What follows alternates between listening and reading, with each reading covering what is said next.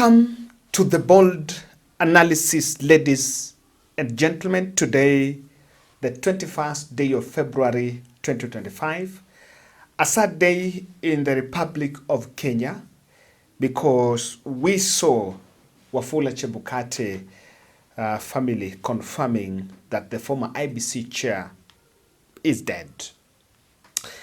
I want to speak about something here, and of course, in this podcast, my stand is that I will not want to judge Chebukati in death. In the coffin, it's a bit unfair. In our culture, you normally don't speak speak ill about the dead. I have seen this trending video of Chebukati's last-born son breaking down about the online trolls in social media after their father's death. I feel they should keep off the social media because the trolls are not gonna end.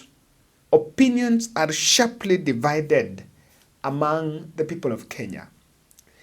When you listen to the Vox Pops, the several reporters who are taking opinions of Kenyans from different towns, you will understand that the country has a mixed feeling about the death of Wafula Chebukati. In just today, while in Kilifi, I think, if my memory serves me right, Kimani Chungwa was in Kilifi and was actually attacking those he believed were celebrating Nani's death. I want you to listen to this video. And there is need, you'll understand where there is need for the Chebukati family to keep off social media. Almost Jakababa or 1 hour. Kabla niongee kitu yoyote, mimi ni almost Jakababa or 1 hour. Na mambo ni mengi, masaa ndio kidogo. Na inafaa tuambie wa Kenya ukweli. Kitu kama ni mzuri, tunasema ni mzuri. 1. Leo tumeambiwa Wafula Chebukati amekufa.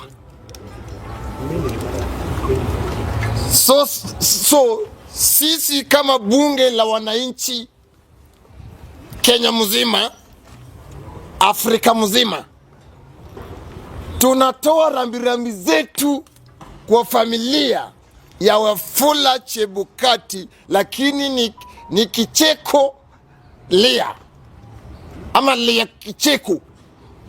Yani tunawacheka na tunawalia. Familia wa Chebukati tunawalia, na tena tukitoka nje tunawacheka. Yani tunalia kiinje nje, lakini kindani ndani tunaruka. Tasema peke yake. Next, binguni. Hapa ni hapa, binguni ni binguni. Na mimi Wafula Chebukati alikufa kitambo, sio leo. Siku yenye aliibia Raila Odinga pop, siku hiyo ndio Chebukati alikufa. Hajakufa leo. Hizi tu ni stories za jaba. Hizi ni stories za jaba. Alikufa kitambo. Mkono ya msando ikaenda chua. Pendo hajafanya dhambi. Watu wakakufa kwa maandamano.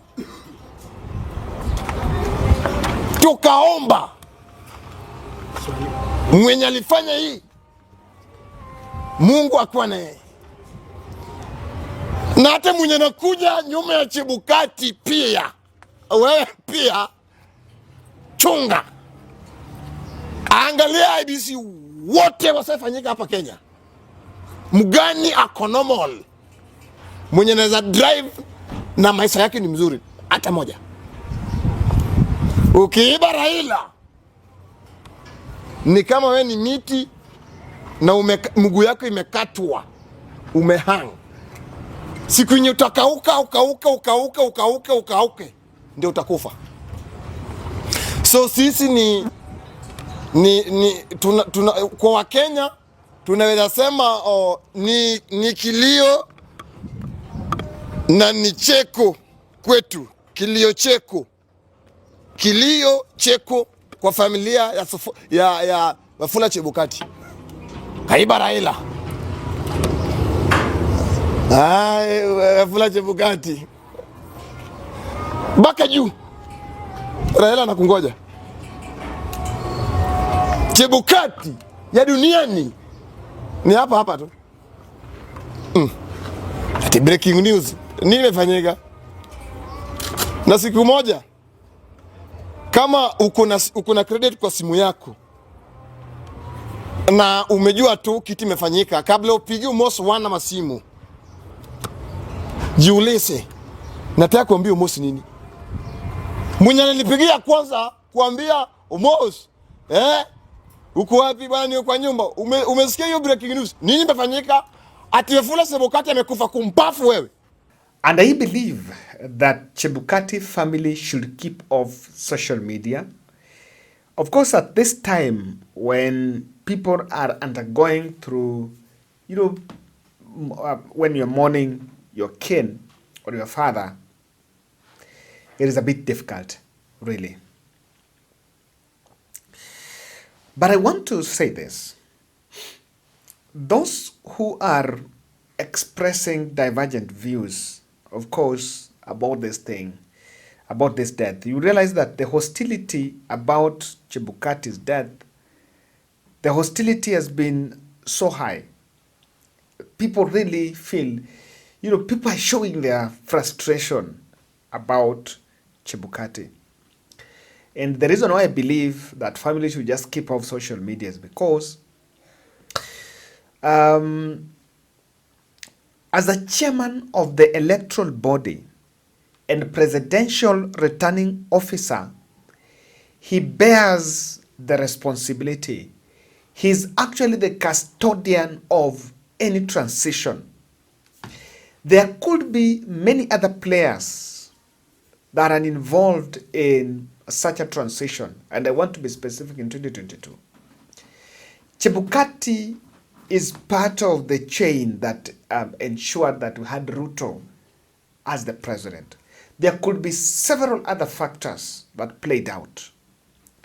But the fact that Chebukati is the person who announced Ruto as the president-elect is something that goes into the record. And when people see Chebukati, people see him. So he carries the bad image, of course, the dented image of the commission. Secondly, the country is facing a tough economic spell.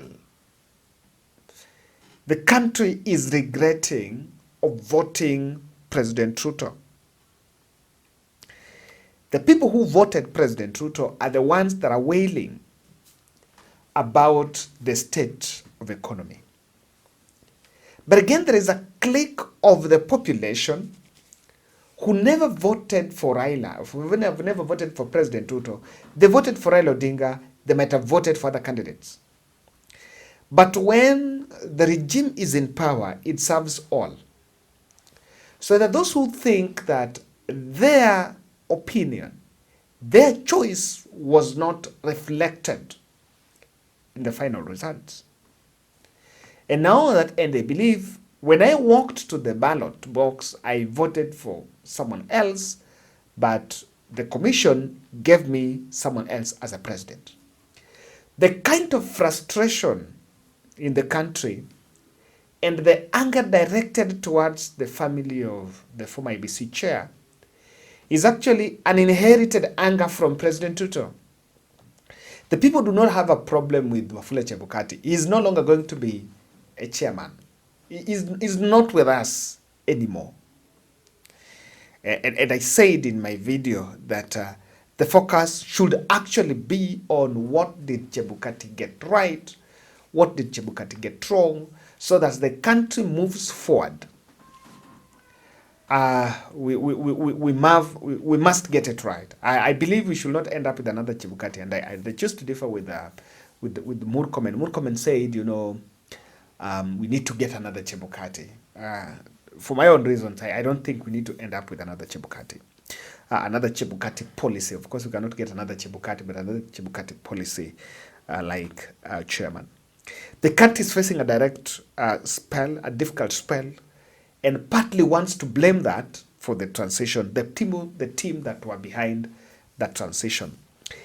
Echoes of corruption at the polls body.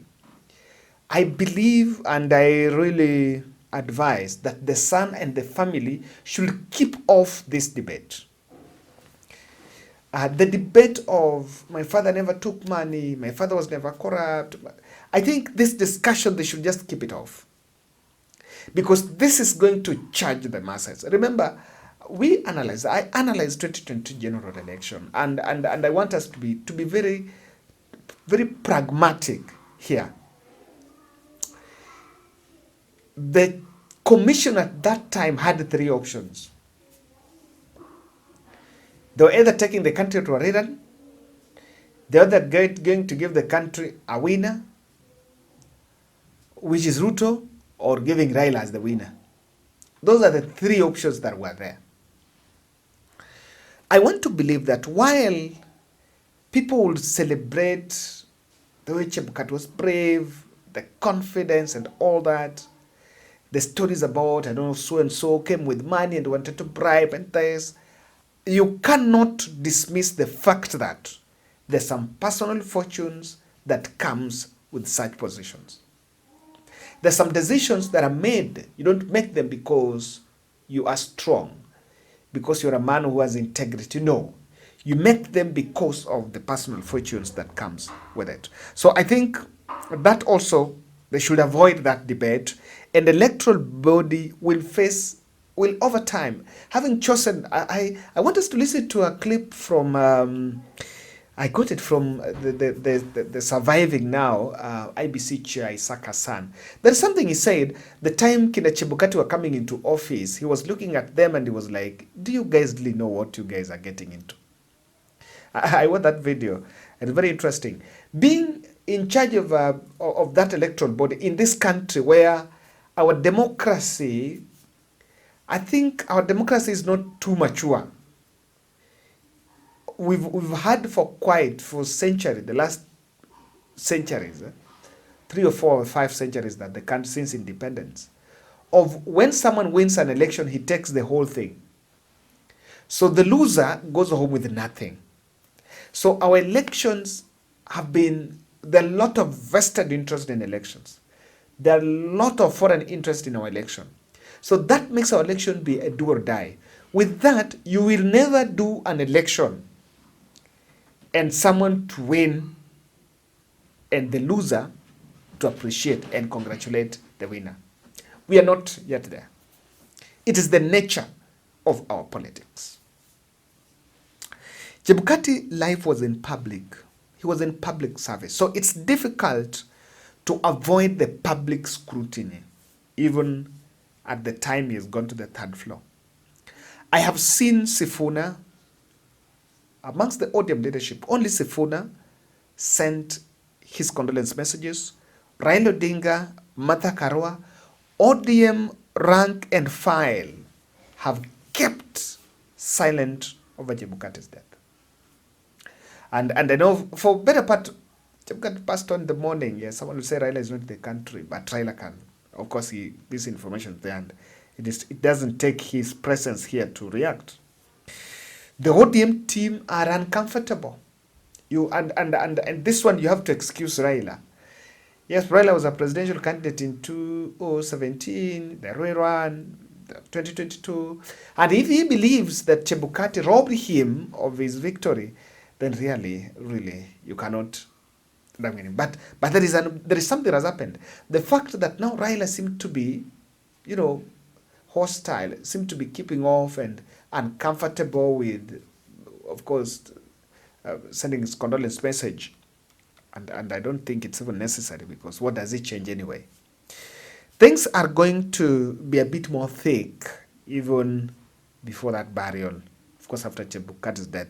Raila Odinga is avoiding sanitizing the electoral body. That is what he's avoiding. Chebukati was in charge of that electoral body. He put up a system. And Raila also understands that at this moment, Ruto is seeking legitimacy card. There is a legitimacy card under the wraps. William Ruto, I want you to imagine Raila Odinga going there and saying, no, we've lost a state leader, what, and praises him. Then people say, oh, this is the guy you believed robbed you of your win. So it means by that time you were just lying. You were just playing politics. But in real sense, this has happened. But I don't think those who are spitting hate on Chebukati's family because of the last general election, they should know that Raila went and had a handshake with William Ruto, who he spent the first 1 year telling the country that that President Ruto robbed him of his win. But they are together. They had that handshake, even though it might not be some coalition agreement down, but there is some working relationship between the two. He's avoiding sharing ideology with President Ruto, and at this point, he knows that anything that will bring a point of convergence between Raila and Ruto will be used to advance the broad-based agreement. This broad-based thing, it's only Ruto who is talking about it. Hey, Ruto and some few MPs. Raila Odinga hajaitaja the word broad-based. Yanasemanga, we donated experts to the government. That is what he says. We donated experts to the government. He never says we are in broad-based. It's only Ruto who speaks about that broad-based aspect. So, ladies and gentlemen, that is my take. Let's meet in the next, and I'm leaving with a video of Chebukati's last moment. Thank you. We ran a free, fair, credible, transparent election 2022. And as a commission, we have put in place structures which the incoming team should build on. And these structures are espoused in our policies, manuals, as well as the operational standard operating procedures of the commission. So we are living in a commission that has strong structures, a strong secretariat, and our CEO, who is present, Mr. Marjan. And we finished the term, three of us, Professor Gulia and Molu, they are in the room. And we feel we have done our best for the country. And we believe that the incoming team should pick up from where we have left it and take us to the next level. So, Your Excellency, I wish to hand you over the exit report, our post-election evaluation report, as well as the other documents which have been used by the Commission to manage the corporate governance issues. Good afternoon.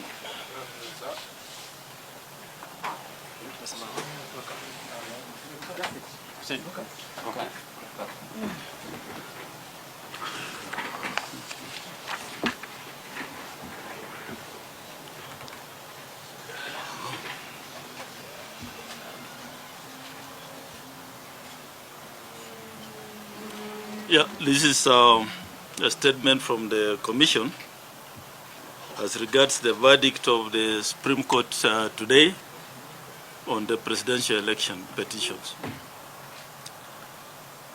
The Commission appreciates Kenyans for peacefully exercising their democratic right to vote on the 9th of August in accordance with Article 38 of the Constitution of Kenya 2010. In fulfillment of the Constitution, the Commission put in place a robust and transparent election infrastructure to ensure that the votes cast were counted, electronically transmitted, verified, tallied, announced, and declared in line with Articles 81 and 86 of the Constitution. The general election was conducted by about 1,000 dedicated permanent employees of the Commission, assisted by over 400,000 temporary staff countrywide. The Commission is grateful to this staff for a job well done. Additionally, the Commission recognizes the support by stakeholders, including the judiciary, the National Police Service, and service providers who participated in the electoral process.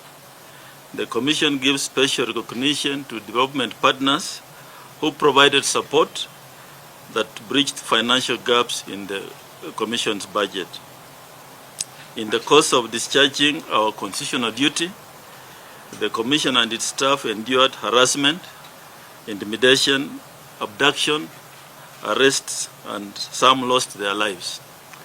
It's tragic that Mr. Daniel Mushoka, a returning officer for Embakasi East constituency, was abducted and tortured to death in the line of duty.